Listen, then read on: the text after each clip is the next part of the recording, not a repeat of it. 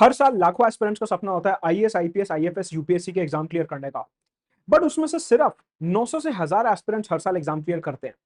वैसे तो सभी एस्पिरेंट्स अपने आप में प्रतिभाशाली हैं, सब में वही आईक्यू है, वही मेहनत करते हैं। तो फिर ऐसा क्या है कि वो 800 से 1000 लोग सेलेक्ट होते हैं लेकिन बाकी सेलेक्ट नहीं हो पाते डिस्पाइट रिपीटेड अटेम्प्ट्स? इस लेक्चर में मैं बात करूंगा ऐसी प्रिपरेशन स्ट्रैटेजी की कि अगर आप यूपीएससी की तैयारी में बिल्कुल बिगनर हैं और आपने जस्ट अभी तैयारी शुरू करी है, तो ऐसी क्या बातों को आपको ध्यान में रखना है, ऐसी क्या स्ट्रैटेजी फॉलो करनी है, ऐसा क्या डेली टाइम टेबल फॉलो करना है जिससे आपकी जो मेहनत है वो सही डायरेक्शन में होने लगे। देखिए, मेहनत करना इंपॉर्टेंट है लेकिन सही डायरेक्शन में मेहनत करना ज्यादा इंपॉर्टेंट है।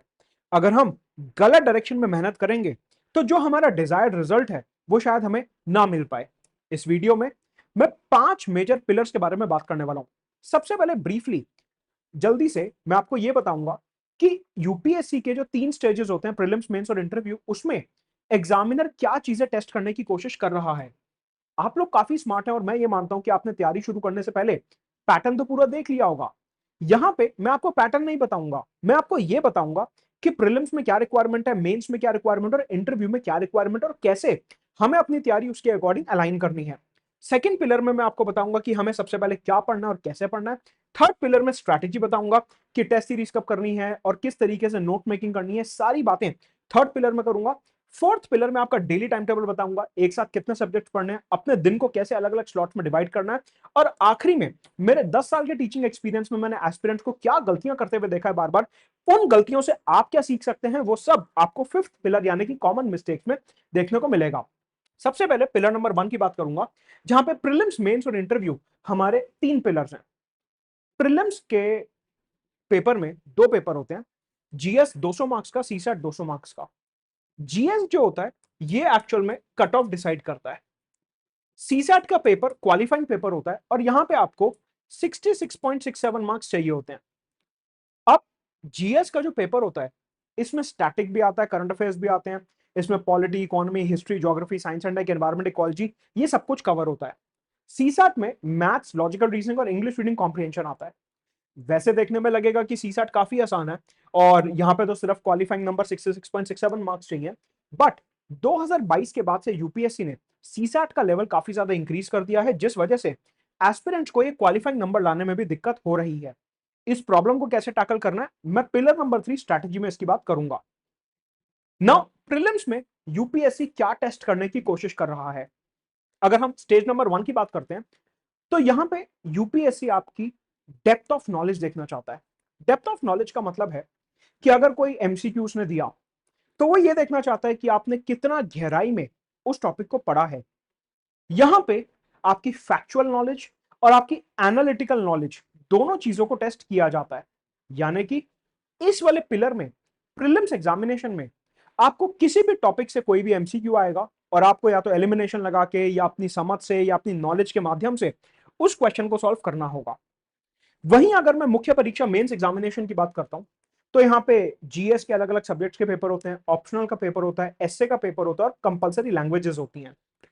एक्चुअल में जो मेरिट लिस्ट होती है यूपीएससी की, वो इन पेपर्स के बेसिस पे डिसाइड होती है और जो कंपलसरी लैंग्वेज के 2 पेपर होते हैं वो क्वालिफाइंग होते हैं। नाउ अगर हम मेंस एग्जामिनेशन की बात करते हैं तो आजकल यूपीएससी जिस तरीके से क्वेश्चन यहां पे पूछ रहा है वो स्टैटिक पोर्शन को और करंट पोर्शन को लिंक करके सवाल बना रहा है। यानी कि अगर आपको मेंस एग्जामिनेशन में कोई सब्जेक्टिव क्वेश्चन पूछा गया है जहां पे आपको 150 वर्ड्स में या 250 वर्ड्स में आंसर लिखना है, तो वो क्वेश्चन जो पूछे जा रहे हैं स्टैटिक और करंट दोनों को लिंक करके वो क्वेश्चंस पूछे जा रहे हैं। इसका मतलब है कि यूपीएससी एक ही क्वेश्चन में आपकी बुकिश नॉलेज भी टेस्ट कर रहा है और आपकी डायनेमिक नॉलेज भी टेस्ट कर रहा है, और हर क्वेश्चन के आपको मल्टीपल डायमेंशंस वहां पे प्रेजेंट करने हैं। यानी कि मेंस जो है that is more about your width of knowledge. Width of knowledge का मतलब है कि आप एक टॉपिक को कितने अलग अलग एंगल से सोच सकते हो, एक पर्टिकुलर टॉपिक को कितने अलग अलग एंगल से आप एनालाइज कर सकते हो। फॉर एग्जाम्पल, मैं आपको एक एग्जाम्पल देता हूं, लेट अस से ऑपरेशन सिंदूर या फिर हमारा पाकिस्तान के साथ कंफ्लिक्ट हुआ। मैक्सिमम एस्पिरेंट्स उसको ये देखेंगे कि ये तो इंडिया पाकिस्तान रिलेशन का एक टॉपिक है, बट नहीं, यूपीएससी उस ऑपरेशन सिंदूर को मल्टीपल तरीके से एनालाइज कर सकता है।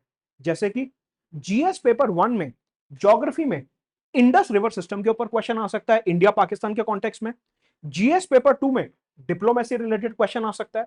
जीएस पेपर 3 में इंटरनल सिक्योरिटी रिलेटेड क्वेश्चन आ सकता है। जीएस पेपर 3 में साइंस एंड टेक्नोलॉजी का भी क्वेश्चन आ सकता है कि जो हमने S-400 drones, anti drone system ये सब यूज करा ऑपरेशन सिंदूर में, उसके पीछे क्या टेक्नोलॉजी लगती है, उसका पेपर जीएस 3 में हमें क्वेश्चन मिल सकता है। जीएस पेपर 4 में हमें केस स्टडी मिल सकती है कि क्या ये एथिकल है कि बार बार पाकिस्तान हमारे यहाँ टेररिज्म स्पॉन्सर कर रहा है और बेगुनाह लोगों की जान ले रहा है। यानी कि एक सिंगल टॉपिक जो अभी तक आपने सिर्फ डिप्लोमेसी के पॉइंट ऑफ व्यू से पढ़ा था, हम उसे देख रहे हैं यहाँ पे कि वो पेपर 1, पेपर 2, पेपर 3, पेपर 4 में पूछा जा सकता है। इट मींस कि जब आप मेंस की तैयारी करोगे, आपको अपना होराइजन वाइडन करना है और आपको एक ही टॉपिक को मल्टीपल मल्टीपल एंगल से एनालाइज करना है। जब मेंस क्लियर हो जाएगा, फिर फाइनली आता है इंटरव्यू, जहां पे आपकी ओवरऑल पर्सनालिटी और आप किस तरीके से बोलते हैं और क्या आंसर कर सकते हैं, ये चीजें यहां पे देखी जाती हैं। तो हमने सबसे पहले समझा कि हमारा पैटर्न क्या है एग्जाम का, कि प्रीलिम्स एग्जामिनेशन है जहां पे जीएस, मैथ्स, रीजनिंग ये सब हमें स्ट्रॉन्ग करना है। मेंस की स्टेज है जहां पे आंसर राइटिंग बहुत ज्यादा स्ट्रॉन्ग करनी है, और इंटरव्यू स्टेज के लिए हमें अपनी पर्सनालिटी के ऊपर ध्यान देना है। यानी कि अब हम जो स्ट्रैटेजी अपनी बनाने जा रहे हैं, उसमें हमें प्रीलिम्स, मेंस, इंटरव्यू तीनों स्टेजेस का ध्यान रखना है। यानी कि जब हम पढ़ाई करेंगे तो हमें अपनी depth of knowledge, width of knowledge, answer writing skills और स्पीकिंग स्किल्स के ऊपर ध्यान देना है, तभी प्रीलिम्स, मेंस और इंटरव्यू तीनों ही स्टेजेस का काम बन पाएगा। सिर्फ प्रीलिम्स निकाल लेने से यूपीएससी क्लियर नहीं होगा, सिर्फ मेंस निकाल लेने से यूपीएससी क्लियर नहीं होगा।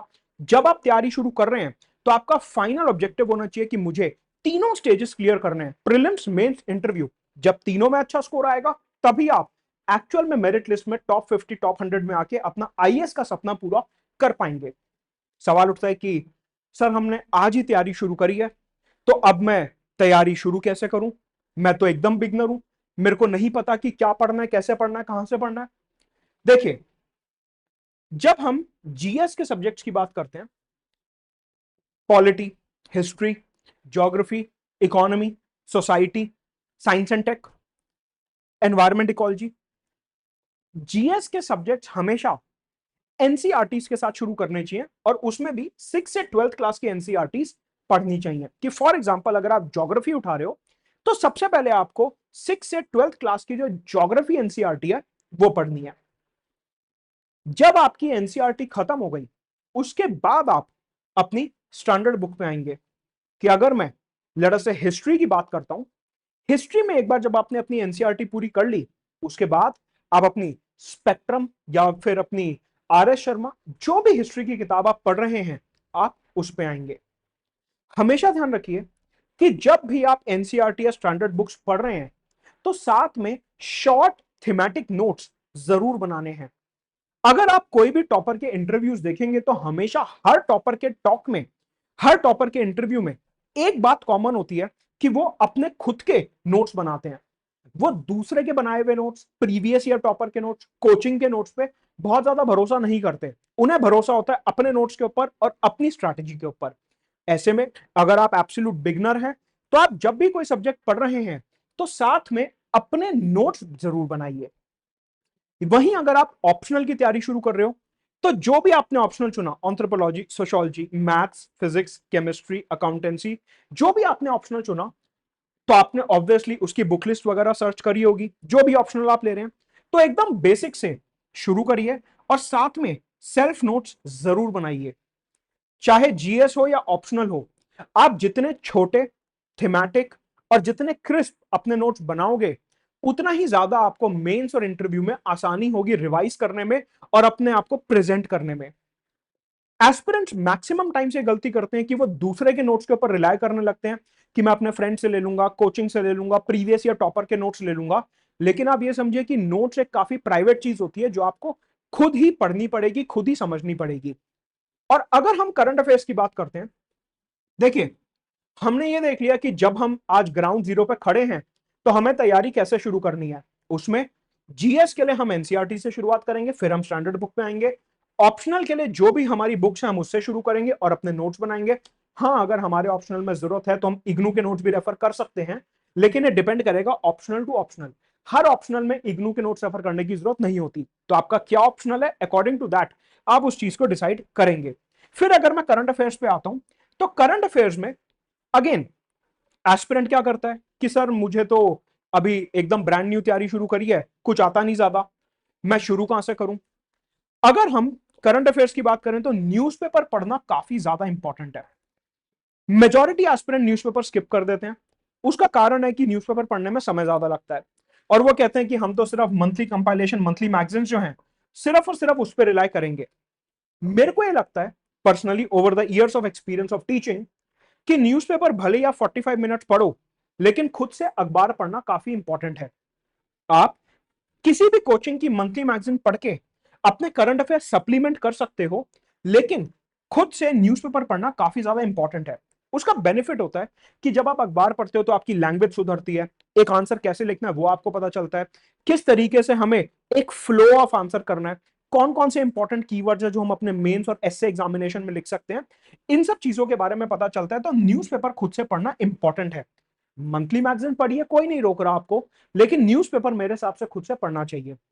ऑल्सो अगर आपके पास समय है और आपको ठीक लगे, तो आप यहां पे अपने शॉर्ट थीमेटिक नोट्स भी बनाइए। उसका कारण है कि शॉर्ट थीमेटिक नोट्स जो हैं वो मेंस एग्जामिनेशन में काफी ज्यादा काम आते हैं। फॉर एग्जाम्पल, अगर आपको अखबार में कोई मसला दिख रहा है इंडिपेंडेंस ऑफ जुडिशरी का, तो आप उसके बारे में नोट्स बनाइए। मेंस में वर्बेटिम क्वेश्चन वहां से बन सकता है। अगर आपको कोई क्वेश्चन दिख रहा है अबाउट सेपरेशन ऑफ पावर, तो उसके नोट्स बनाइए। कोई आपको टॉपिक दिख रहा है, आर्टिकल दिख रहा है फेडरलिज्म के बारे में, राइट्स इशू के बारे में, लीगल बॉडीज के बारे में, किसी कानून के बारे में, तो आप इन सब चीजों को अपने थीमेटिक नोट्स में लिख सकते हैं, और वहां से आपके नोट्स खुद ब खुद तैयार होते रहेंगे। जब आप मेंस लिखेंगे तो उन्हीं नोट्स की मदद से आप अपना पूरा एग्जामिनेशन कवर कर सकते हैं। तो चाहे जीएस हो, ऑप्शनल हो या करंट अफेयर्स हो, मेरा यह मानना है कि खुद के short thematic notes, 1 pager 2 pager notes बनाना इंपॉर्टेंट है। तो जब भी आप कोई भी टॉपिक पढ़ रहे हैं, इस माइंडसेट के साथ पढ़िए कि मुझे उसके साथ के साथ छोटे छोटे नोट्स बनाने हैं। आपको as it is newspaper, as it is book copy paste नहीं करना है, सिर्फ शॉर्ट थीमेटिक नोट्स बनाने कि हाँ, मैंने ये एक लाइन पढ़ी और पूरा टॉपिक मुझे दिमाग में रिवाइज हो गया। ये थोड़ा सा मुश्किल काम है, लेकिन अगर आप ये करते हो तो आपके प्रीलिम्स, मेंस और इंटरव्यू में आपकी काफी ज्यादा मदद होने वाली है। और देखिए, थोड़ा सा प्रैक्टिकल होके अगर हम चलें, तो ऐसा हो सकता है, मैं तो ये चाहूंगा कि आपका फर्स्ट अटेम्प्ट में एग्जाम क्लियर हो, लेकिन ऐसा हो सकता है कि शायद आपको सेकंड या थर्ड अटेम्प्ट भी देना पड़े। उन अटेम्प्ट्स में भी आपके खुद के नोट्स आपको बहुत ज्यादा यूजफुल रहेंगे। इसलिए जीएस, ऑप्शनल और करंट अफेयर्स के खुद के नोट्स बनाने की कोशिश करिए।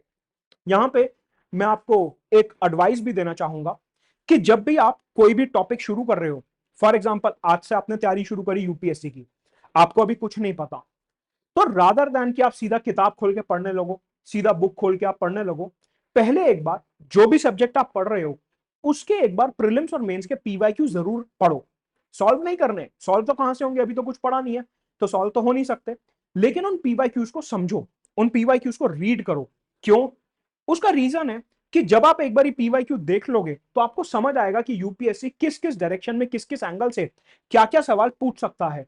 फॉर एग्जाम्पल, अगर आप ज्योग्राफी पढ़ने जा रहे हो, तो आप ज्योग्राफी शुरू करने से पहले एक बार ये देख लो कि उसने क्या क्या पीवाईक्यू प्री और मेंस में पूछे हैं, कि मैपिंग का सवाल कैसे बनेगा, क्लाइमेटोलॉजी का सवाल कैसे बनेगा, हाइड्रोग्राफी का सवाल कैसे बनेगा, किस तरीके से हमें डायग्राम्स बनाने हैं, क्या क्या एंगल से एक क्वेश्चन पूछा जा सकता है, वो सारी चीजें आपको समझ आ जाएंगी।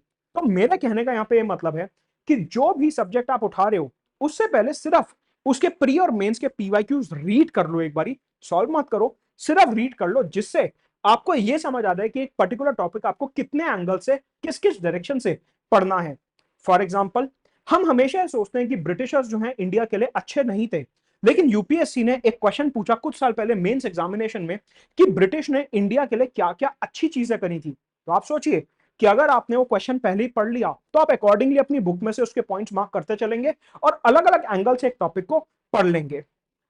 तो ये था अपना पिलर नंबर 2 कि अगर आज आप एकदम जीरो से तैयारी शुरू कर रहे हैं, तो आपको कैसे किताब उठानी है और क्या करना है।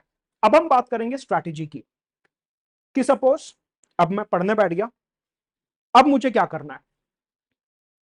जैसे ही मैं पढ़ने बैठा, सबसे पहले मैं पीवाईक्यूज पढ़ूंगा, मैं देखूंगा कि एक पर्टिकुलर टॉपिक से क्या क्या सवाल बन सकते हैं, एक पर्टिकुलर टॉपिक से किस किस डायरेक्शन में यूपीएससी ने सवाल पूछे में। फॉर एग्जाम्पल, कि अगर मैं फंडामेंटल राइट्स की बात करूं तो freedom of speech and expression के ऊपर कैसे क्वेश्चन आया हुआ है, राइट टू प्राइवेसी के ऊपर कैसे क्वेश्चन आया हुआ है, मैं इस तरीके से अपने पीवाईक्यूज समझूंगा। एक बारी मैंने समझ लिया, मैं अपनी बुक और एनसीईआरटी खोल लूंगा, उन्हें पढ़ना शुरू करा। साथ के साथ मैं थीमेटिक नोट्स बनाता चला गया। क्यों? क्योंकि मुझे यूपीएससी की रिक्वायरमेंट समझ आ गई है कि वो प्रीलिम्स में, मेंस में किस तरीके से सवाल पूछेगा। मुझे वो रिक्वायरमेंट समझ आ गई है और उस रिक्वायरमेंट को ध्यान में रखते हुए अब मैं अपने नोट्स बना रहा हूं कि अगर freedom of speech and expression के ऊपर क्वेश्चन आ रहा है तो मुझे देखना है कि मूवीज कैसे उसमें कवर होती हैं, मूवी सर्टिफिकेशन कैसे होता है, नेशनल एंथम गाना कंपलसरी है या नहीं है, freedom of speech and expression absolute है या नहीं है, किसको मिलता है, सिटीजन्स को मिलता है, फॉरेनर्स को मिलता है। ये सब क्वेश्चन यूपीएससी ने प्रीलिम्स और मेंस में ऑलरेडी पूछे हुए हैं पहले। तो जब मुझे समझ आ गया कि यूपीएससी किस तरीके से सवाल पूछ रहा है तो उन टॉपिक्स को पढ़ते हुए मैं अपने खुद के शॉर्ट नोट्स बना पाऊंगा। एक बार मेरे शॉर्ट नोट्स बन गए, फिर मैं उनकी रेगुलर रिवीजन शुरू करूंगा। तो आज अगर आप एकदम बिगिनर हैं तो आपकी सबसे पहली ड्यूटी है कि जो सब्जेक्ट उठा रहे हैं, PYQ, standard source, note making, revision, ये 4 स्टेप प्रोसेस अगर आपने हर सब्जेक्ट के लिए कर लिया तो आप ऑलरेडी 80 से 90% एस्पिरेंट से आगे हैं। क्यों? मेजॉरिटी एस्पिरेंट या तो पीवाईक्यू नहीं पढ़ते, या वो एनसीईआरटी नहीं पढ़ते, या वो स्टैंडर्ड बुक नहीं पढ़ते, सिर्फ प्रीवियस या टॉपर के नोट्स पढ़ते हैं, या फिर वो खुद के नोट्स नहीं बनाते, या वो रिवीजन नहीं करते। मैक्सिमम कैंडिडेट जो यूपीएससी क्लियर नहीं करते वो इन 4 स्टेप्स में कहीं ना कहीं कोई गलती कर रहे होते हैं। ये गलतियां अगर आपने अवॉइड करी और इस प्रोसेस को आप फॉलो करते हैं तो आप ऑलरेडी 90% एस्पिरेंट से आगे हैं।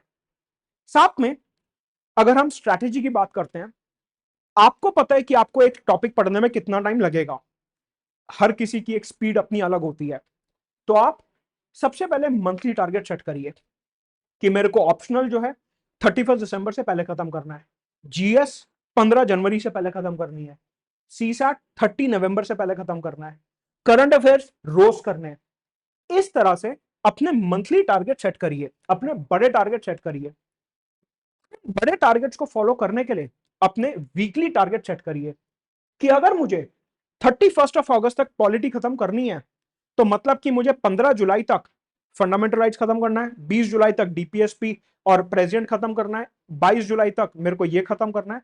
इस तरह से अपने बड़े टारगेट को स्मॉल स्मॉल टारगेट्स में ब्रेक करिए। जब आपने वीकली टारगेट बना लिया उसके बाद फिर आप बनाइए डेली टारगेट। यूजुअली एस्पिरेंट क्या करता है, वो सिर्फ डेली टारगेट बनाता है कि कल मैं उठूंगा सुबह और रिवोल्ट ऑफ 1857 पढ़ लूंगा, कल मैं उठूंगा सुबह मैं क्लाइमेटोलॉजी पढ़ लूंगा, कल मैं सुबह उठूंगा तो मैं एथिक्स का ये वाला चैप्टर कवर कर लूंगा।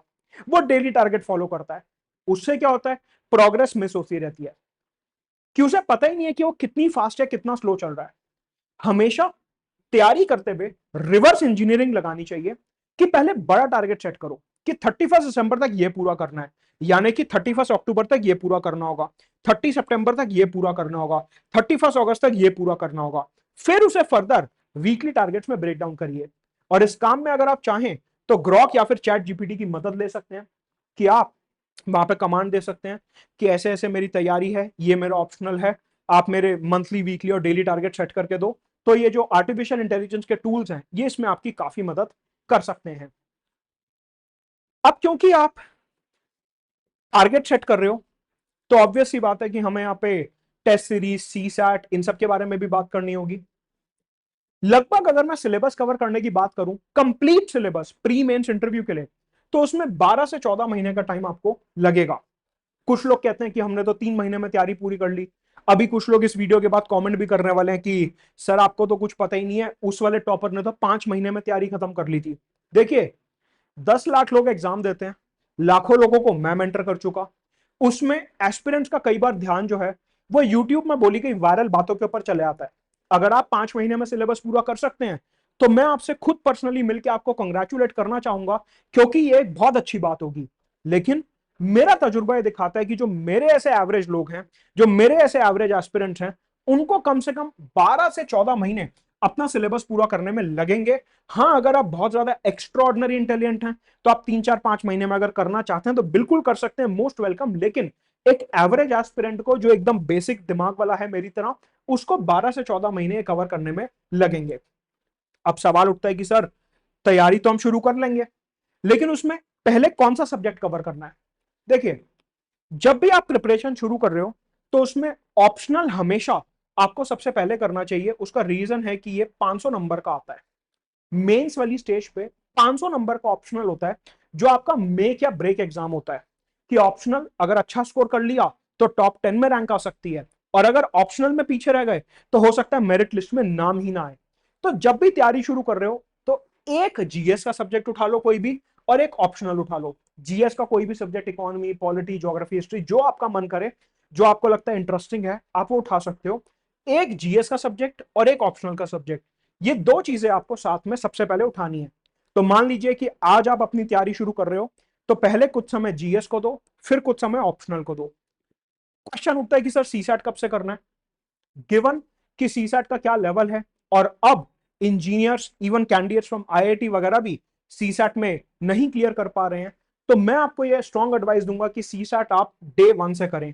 कि आज अगर आप तैयारी शुरू कर रहे हो तो 30 से 45 मिनट्स आप सीसैट की तैयारी शुरू करो, क्वेश्चन प्रैक्टिस करो, कॉन्सेप्ट समझो। तो आपको बेसिक से यहां पे सीसैट की तैयारी शुरू से करनी होगी, अगर आप मैथ्स में कमजोर हैं तो। क्योंकि यूपीएससी उस लेवल पे पहुंच गया है जहां पे एग्जाम हॉल में बैठ के क्वेश्चन सॉल्व करके 67 नंबर लाना काफी टफ हो चुका है। यूजुअली एक मिथ फैलाया जाता है कि हमें डे 1 से आंसर राइटिंग करनी चाहिए, लेकिन एक्चुअल में डे 1 से आंसर राइटिंग पॉसिबल नहीं है। उसका रीजन है कि आज आप अगर तैयारी शुरू कर रहे हो तो आपको कुछ पता नहीं, अभी आपको सब्जेक्ट के बारे में कुछ पता नहीं, आपने तो अभी तैयारी शुरू करी है। तो फिर आप डे 1 पे आंसर राइटिंग कैसे कर सकते हो? आपके पास कंटेंट नहीं है, आपके पास अभी वो समझदारी नहीं है कि यूपीएससी क्वेश्चन में पूछ क्या रहा है। ऐसे में कभी भी डे 1 से आंसर राइटिंग नहीं करनी चाहिए। हमेशा जब आपका 40% एक सब्जेक्ट पूरा हो जाए, उसके बाद आप अपनी आंसर राइटिंग शुरू करिए। क्वेश्चन उठता है कि सर टेस्ट सीरीज कब से करनी है, प्रीलिम्स और मेंस की? तो प्रीलिम्स की टेस्ट सीरीज यूजुअली प्रीलिम्स से 4 महीने पहले ज्वाइन करनी चाहिए। कि अगर आपका एग्जाम मई या जून में है तो आप जनवरी या फरवरी में अपनी टेस्ट सीरीज ज्वाइन कर सकते हैं। वहीं मेंस की टेस्ट सीरीज आप प्रीलिम्स के बाद ज्वाइन करें तो बेहतर रहेगा। कि प्रीलिम्स और मेंस के बीच में जो लगभग आपका 90 डेज का गैप होता है, उसमें आप मेंस की टेस्ट सीरीज कर सकते हैं। तो अभी तक हमने 3 पिलर अपने कंप्लीट करे, जहां पे हमने समझा कि पैटर्न क्या है, यूपीएससी क्या हमसे समझना चाह रहा है, किस तरीके से शुरुआत करनी है, सबसे पहले क्या पढ़ना है, और ओवरऑल स्ट्रैटेजी क्या होनी चाहिए। आगे बढ़ने से पहले मेरे 3 बैचेस अवेलेबल हैं। अगर आप सीसैट एकदम बिगनिंग से करना चाहते हैं तो मेरा बैच अवेलेबल है, लिंक डिस्क्रिप्शन में। पॉलिटी पूरी करना चाहते हैं बेसिक से एडवांस तक, प्री और मेंस दोनों के पॉइंट ऑफ व्यू से विद एक्सटेंसिव आंसर राइटिंग, तो ये वाला बैच। एंड आईआर के लिए एक और बैच अवेलेबल है, प्री और मेंस दोनों का आईआर उसमें कवर होगा। तो ये 3 बैचेस सीसैट पर्सनल फेवरेट है मेरा, क्योंकि यहाँ पे काफी बेसिक से और पूरे एडवांस लेवल तक मैंने सीसैट कवर कराया, जो आपके दूसरे एग्जाम्स में भी मदद करेगा। तो ये बैच आप देख सकते हैं। अब हम आते हैं कि अगर हम आज से तैयारी शुरू करें तो हमारा डेली टाइम टेबल किस तरह से दिखना चाहिए। यूजुअली मैं मानता हूं कि तैयारी के समय पे हमें एक बैलेंस बना के चलना चाहिए। संतुलन बहुत इंपॉर्टेंट है। अगर संतुलन नहीं बनाएंगे तो चीजें फिर इम्बैलेंस होने लगती हैं, डिसबैलेंस होने लगती हैं। पूरे अपने डे को हम 4 हिस्सों में डिवाइड कर सकते हैं, slot 1, slot 2, slot 3, slot 4। Slot 1 2.5 घंटे का, जिसमें हम ऑप्शनल करेंगे या जीएस करेंगे। स्लॉट 2 2.5 घंटे का, जिसमें हम ऑप्शनल करेंगे। अब देखिए कि हमें एट अ टाइम सिर्फ 2 सब्जेक्ट पढ़ने हैं। नया एस्पिरेंट क्या करता है, जोश में होता है, गर्म खून होता है, वो कहेगा मैं तो फटाफट सिलेबस करना, 5 सब्जेक्ट एक साथ उठा लेता हूं। जब आप पढ़ने बैठोगे आपको समझ आएगा कि अगर आप हर सब्जेक्ट को 1-1 घंटा दे रहे हो, आपकी प्रोग्रेस ही नहीं दिखेगी, मोमेंटम टूटने लगेगा। अगर मोमेंटम बनाए रखना है, जल्दी जल्दी सिलेबस पूरा करना है, तो आपको 2.5 घंटा एक सब्जेक्ट को देना होगा, और उसमें 2 सब्जेक्ट से ज्यादा आप नहीं कर सकते। तो मेरा ओपिनियन और मेरा तजुर्बा आपको यह बताएगा कि यहां पे 2 सब्जेक्ट से ज्यादा करने की जरूरत नहीं है। स्लॉट नंबर 3 करंट अफेयर्स, लगभग लगभग 2 घंटे यहां पे लगेंगे। अगर आप करंट अफेयर्स की मैगजीन और न्यूज़पेपर दोनों पढ़ रहे हो और नोट्स भी बना रहे हो, तो 2 घंटे का काम आपका स्लॉट नंबर 3 में। और स्लॉट नंबर 4, मेरे लिए स्लॉट नंबर 4 सबसे ज्यादा इंपॉर्टेंट स्लॉट है। और मेजॉरिटी एस्पिरेंट्स जो पछताते हैं एग्जाम साइकिल के एंड पे, वो स्लॉट 4 की वजह से पछताते हैं कि या तो वो सीसैट नहीं कर रहे ठीक से, या फिर वो रिवीजन नहीं कर रहे।